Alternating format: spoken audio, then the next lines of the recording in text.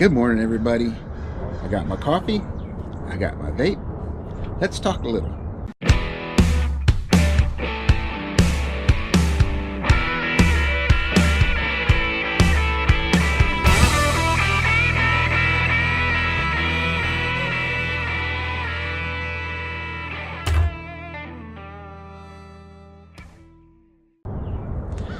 So it's getting warm enough where I can sit outside again.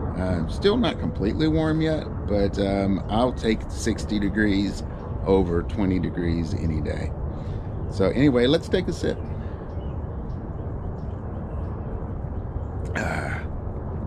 So today I thought we would talk about the balancing of expectations in regards to planning things and projects and things that we want to accomplish.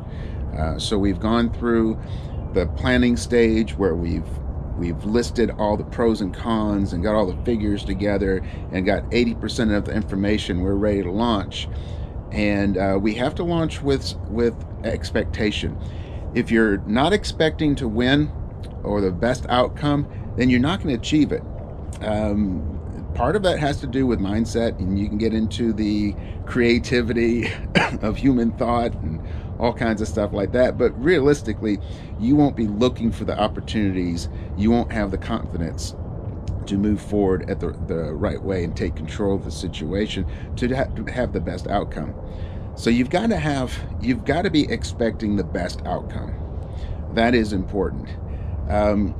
So how do you keep from being disappointed when you run into challenges that you didn't see, or disappointed because you gave yourself a certain amount of time and you weren't able to achieve that?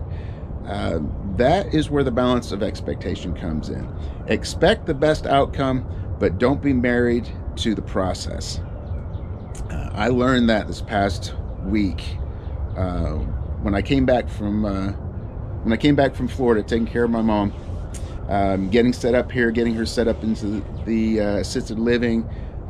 If you've checked out any of my videos, my new series where I'm showing you how I'm taking control of my business and my business space, you can see that, I was expecting, I am expecting for everything to work out perfect to the best scenario, and my business and my workspace to work out so that it's going to be organized and I'm going to be streamlined and be able to flow and be profitable.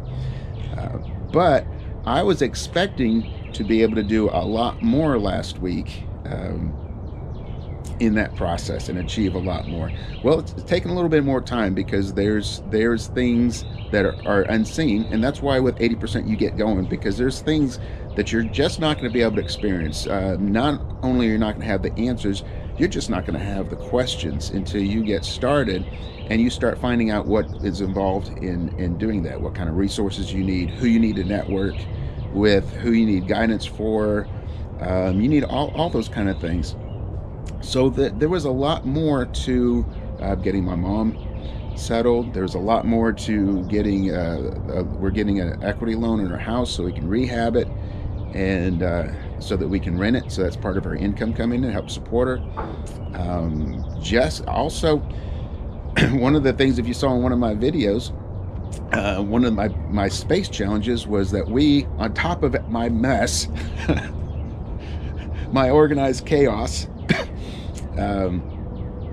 I had a bunch of stuff from Mom's house that was all her art supplies and things that we're keeping, and memorabilia, collectible stuff for the family, was all sitting in my office.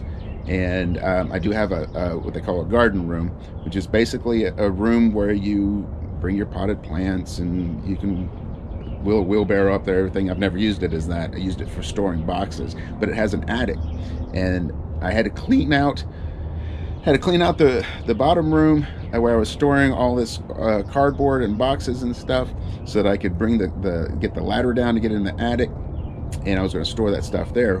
Well, I'd forgotten about, because I hadn't been up there in a while, that the previous owner had put those little mouse baits with rat poisoning in it, and after time the cardboard deteriorated and there's rat poisoning all over up there. So for me to be able to put anything up there, I've got to go through the poison control. I've got to be able to, I've got to have the mask, which I do, and the gloves, and I've got to figure out for my area how I have to dispose of it, because it's always poison. It doesn't have a half-life. It always is poison. So I can't put it in the garbage. I can't expose other people to it. So anyway, that was, I had to work around that, and I figured that one out. Just working out just all kinds, I don't need to get into the detail, but all kinds of things that I wasn't expecting. So my expectation of what I achieved at the end of the week was higher than I actually did. I was very productive. I put out a lot of fires, and I did a lot of things. So I worked for those in that direction for all the irons I had in the fire.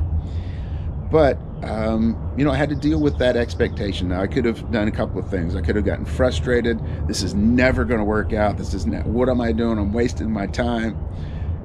I could have gotten a standstill. I could have been locked in that fear of well, can I really handle this?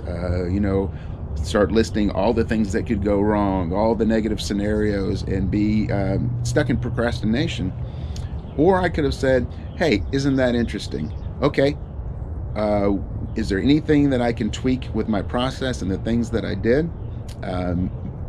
Make a new game plan for the next week. With all the information I have and the steps I've gone, this is the new steps I need to do. And I'm not married to the old steps. That I'll tweak that, and let's just get going, and still expect the absolute top outcome for all the activities that I'm doing. So I don't know if that was just something that I really wasn't expecting. I should have, because I've been doing this a little bit. I'm a little bit long in the tooth, as they say. So it's something I should have expected, but with everything going on in the back of my head, I was expecting to get back up here to Tennessee after 3 months, and I've not been able to do anything up here, and I was just going to be able to just slam it and get it done quick. So one of the things I actually had to tweak was I wanted to get everything all organized before I got my business up and running again, my work areas and things like that. And that wasn't, what is the word? Went right out my brain. That wasn't the, oh geez, I guess I'll edit this out. That wasn't the frog. No, that wasn't the practical. That wasn't practical, because I need to get my business up and running is one of my priorities. So I had to move things around so that I could do business. I had to set up my shipping table and get my studio put back together and get my my computer desk all put together. So anyway, let's take another step. Well, that's it that I have for you. That's all I have for you. I appreciate everybody being patient with changing the days. I'm going to start doing these on Thursday mornings now. It gives me a little more time in the week. It fits better with my schedule, because believe it or not, I'm not actually doing this on Thursday morning.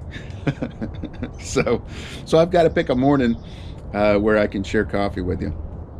So anyway, I hope you liked this video. If you did, please give it a thumbs up. If you didn't, give it a thumbs down. I love constructive criticism. Leave a comment. Leave your thoughts and ideas on what we discussed today, and share it with people. Hit the ringy-dingy thing so you're notified next time I make a video. And as always, no matter what tune life plays you, always find your groove. Thanks for having coffee with me. I'll see you next time.